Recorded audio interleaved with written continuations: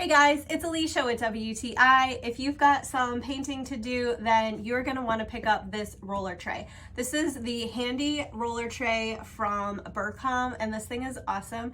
You can actually hold a gallon of paint in here, and you are good to go for your entire project.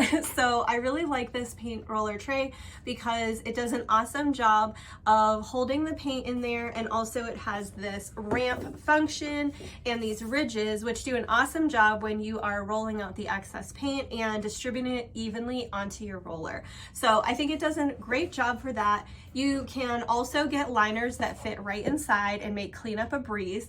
There are handles on both ends, which make picking it up, moving it easy, and you are not going to spill your paint. There's also a little groove here to rest your roller, which is very handy, and then it doesn't fall all the way into all the paint.